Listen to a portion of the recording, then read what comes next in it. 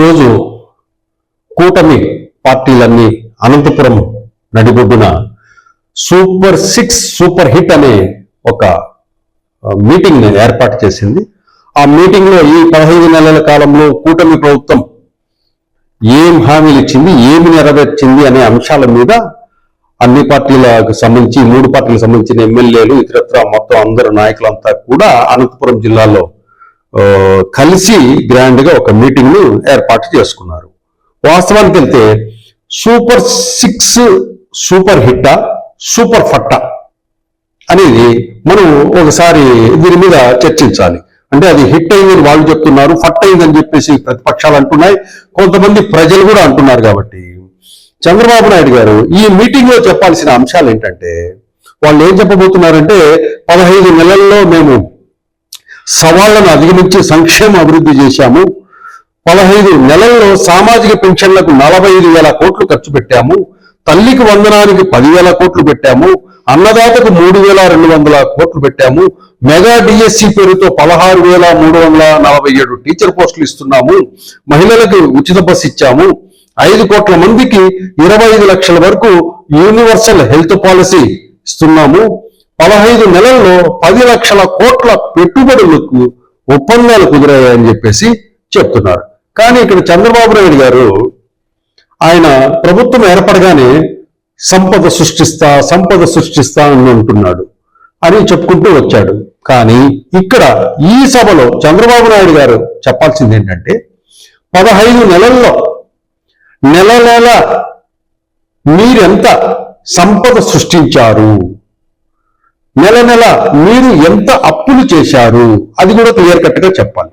మీరు సంక్షేమం అభివృద్ధి ఏ సంపదతో చేశారు, సంపదతో చేశారా, అప్పులతో చేశారా, నెల నెల ఎంత అప్పులు తెచ్చారు అనేది ఈ 15 నెలల కాలానికి ఎన్ని వేల కోట్లు అప్పులు తెచ్చారు అనే విషయం కూడా ఆ నెలవారీగా మీరు క్రియేట్ చేసిన సంపద, దాంతోపాటు మీరు చేసిన అప్పు, ఇవన్నీ కూడా పబ్లిక్ డొమైన్ ఉంచడం చేయాలి. అట్లాగే ఈ రోజు అనంతపురం సభలో ఏదైతే ఉందో అవి కూడా క్లియర్ కట్ గా చెబితే బాగుంటుంది. అలాగే ఏదైతే మీరు సూపర్ 6 లో హామీలో భాగంగా ఇంకా ఏవైతే ప్రజలకు హామీలు ఇచ్చారో అవన్నీ కూడా ఎందుకు చేయలేకపోయారు, ఎప్పుడు చేస్తారు, అదొకటి. దాంతోపాటు ఒకవేళ ఆ పథకాలను ఇంప్లిమెంట్ చేస్తే ప్రభుత్వం ఏర్పడినప్పటి నుంచి కూడా అవి వ్యక్తులకు సంబంధించి ప్రజలకు అవి అందజేస్తాము అప్పటి నుంచే అనేది కూడా హామీ ఇవ్వాలి. దీంట్లో మొదటగా నిరుద్యోగులకు నెలకు 3,000 భృతి ఇస్తామన్నారు. ఇచ్చారా, ఎందుకు ఇవ్వలేదు, ఎప్పటి నుంచి ఇస్తారు అనేది క్లారిటీ కావాలి. దాంతోపాటు ఒకవేళ ఇచ్చే పక్షంలో అయితే మీరు ప్రకటిస్తూనే ఆ నిరుద్యోగ భృతి ఏదైతే ఉందో, అంటే 15 నెలలు నిరుద్యోగులంతా నెలకు 3,000 రూపాయలు కోల్పోయినట్లుగా ఉంటుంది. కాబట్టి ఈ 3,000 రూపాయలు ఉంటూ 15 నెలలు కలిపి నిరుద్యోగులకు నేను చెప్పినట్లు 3,000 రూపాయలు ఇస్తాను అనేది ప్రకటించాలా. అట్లాగే 20 లక్షల ఉద్యోగాలు ఇస్తామన్నారు. అది ఎప్పుడు ఇస్తారు, ఈ 15 నెలల్లో ఎన్ని ఉద్యోగాలు మీరు ఇచ్చారనేది కూడా క్లారిటీ ఇవ్వాలా. అలాగే 18 ఏళ్ళు నిండిన ప్రతి మహిళకి నెలకు 1,500 రూపాయలు ఇస్తామన్నారు ఆర్థిక సాయం కింద. ఈ మహిళలకు ఎంతమందికి మీరు 1,500 ఆర్థిక సాయం అందించారు, ఆ స్కీమ్ ఎందుకు మొదలు పెట్టలేదు అనేది కూడా క్లారిటీ ఇవ్వాల్సిన అవసరం చంద్రబాబు నాయుడు గారి మీద, కూటమి నాయకుల మీద కూడా ఉంది. కూటమి ప్రభుత్వం ఏర్పడినప్పటి నుంచి ఎందుకు ఈ మహిళలకి 18 సంవత్సరాలు నిండిన మహిళలకి 1,500 ఇవ్వలేదు కూడా క్లారిటీ ఇవ్వాలి. అలాగే అన్నదాత సుఖీభవ కింద సొంతంగా 20,000 ఇస్తామన్నారు, మళ్ళీ మాట మార్చారు. ఎందుకు మాట మార్చారు, అది మోసం కాదా, అది మోసం అవునా కాదా, అది కూడా కూటమి నేతలు క్లారిటీ ఇవ్వాలి. అలాగే తల్లికి వందనం స్కీమ్లో 87 లక్షల మంది పిల్లలుంటే మీరు కేవలం 67 లక్షల మందికి ఎందుకు ఇస్తున్నారు, అది కూడా 13,000 ఇచ్చి 20 లక్షల మంది బిడ్డలకు ఈ పథకంలో ఎందుకు కోత విధించారు కూడా క్లారిటీ కూటమి నేతలు చెప్పాలి.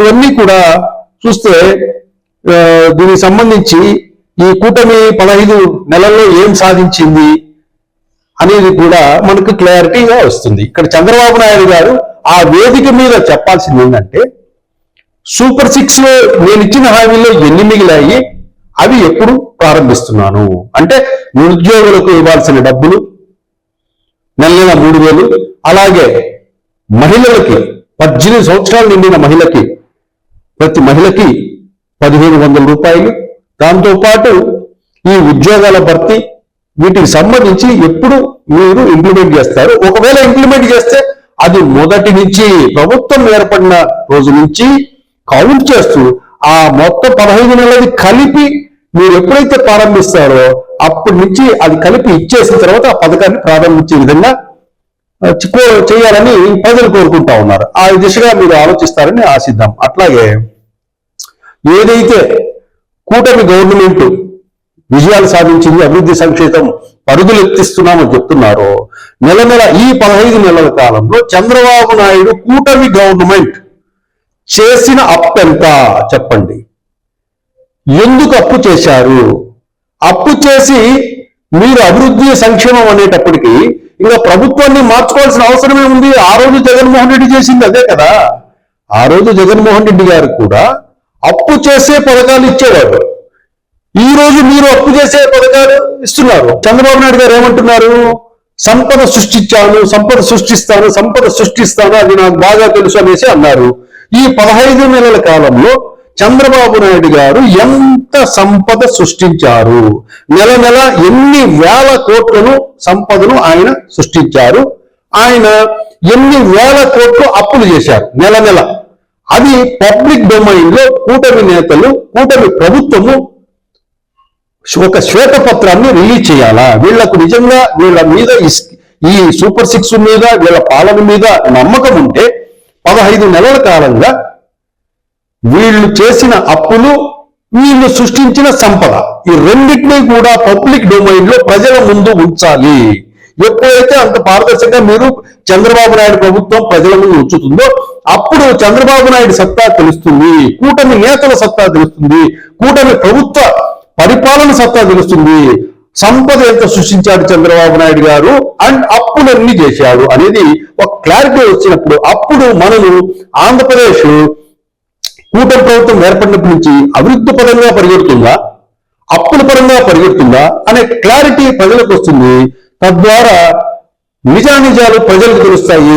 చంద్రబాబు నాయుడు శక్తి సామర్థ్యాలు ఏంటి, చంద్రబాబు నాయుడు పాలన ఎలా ఉంది, జగన్మోహన్ రెడ్డి పాలన ఎలా ఉంది అని చెప్పేసి అప్పుడు వాళ్ళు బేరీజు వేసుకునే అవకాశము ప్రజలకు ఉంటుంది. కాబట్టి ఇమ్మీడియట్ గా కూటమి ప్రభుత్వము 15 నెలల కాలంలో చేసిన అప్పులన్నీ వివరాలు తెలపండి. అట్లాగే మీరు ఈ 15 నెలల వారీగా మీరు ఎన్ని వేల కోట్ల సంపద సృష్టించారో అది కూడా క్లారిటీ ఇస్తే కనుక బాగుంటుందని చెప్పేసి ప్రజలంతా కోరుకుంటున్నారు.